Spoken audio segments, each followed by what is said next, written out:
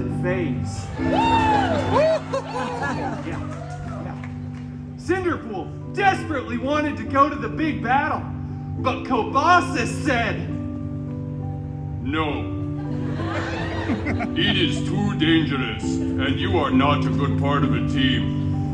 And then they ripped apart Cinderpool's favorite costume, and Negasonic blasted it with her mind powers. Oh, she's still so cool. So Gen Z. So on fleek, no cap Sigma.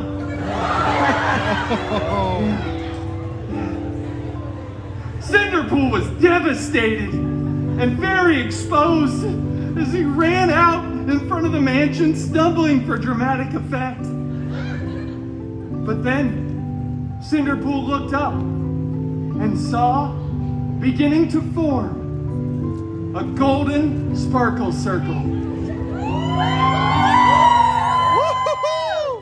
was a very pretty sparkle circle, and out of it stepped her fairy godmother.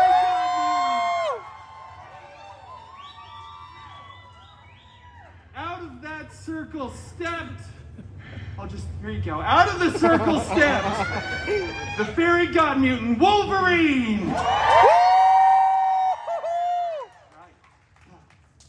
Oh, fairy god mutant Wolverine, I desperately want to go to the big battle, but my mean step mutants destroyed my costume. Shut up. He said lovingly. What? It's in the story. My costume got destroyed. I can't go to the battle without it. So, I gotta find a new one and make some stuff happen. Get a new one then. Right. Stop whining. Nobody cares. Well, with that sage life advice, Cinderpool ran to the wardrobe department, grabbed a new, freshly laundered costume, and then headed to the big battle. Cinderpool was late, like his ex-girlfriend after they broke up. But it's okay because the Avengers were winning. Captain America looked so good. He looked around for his fairy god mutant Wolverine, who was... I'm going to Pim's. Hi, Wolverine. Dave. Thanks for helping.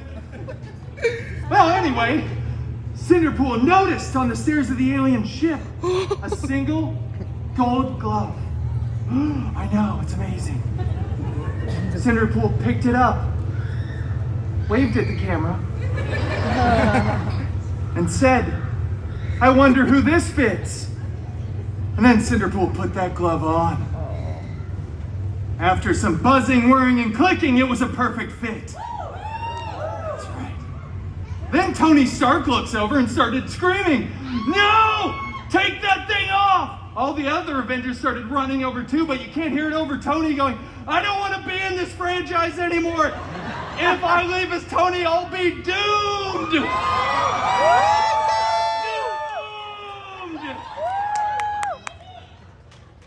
It's an Easter egg. You all know it.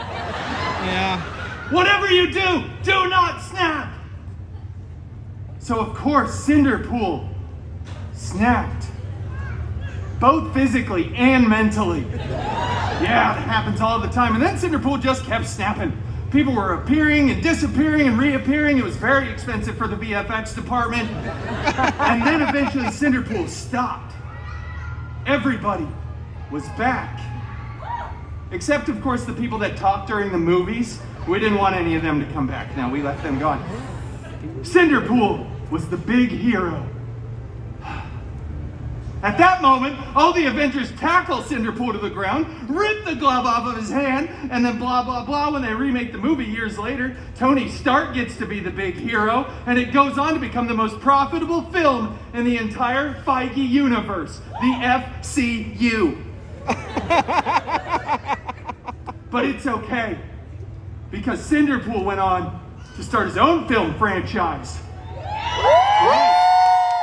Right, which will break box office records. And then they had to invite Cinderpool back for the Avengers Endgame 2. Electric Boogaloo.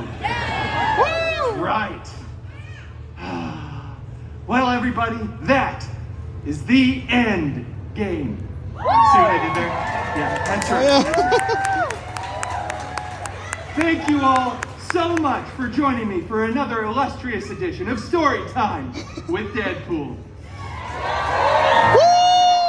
Thank you so much.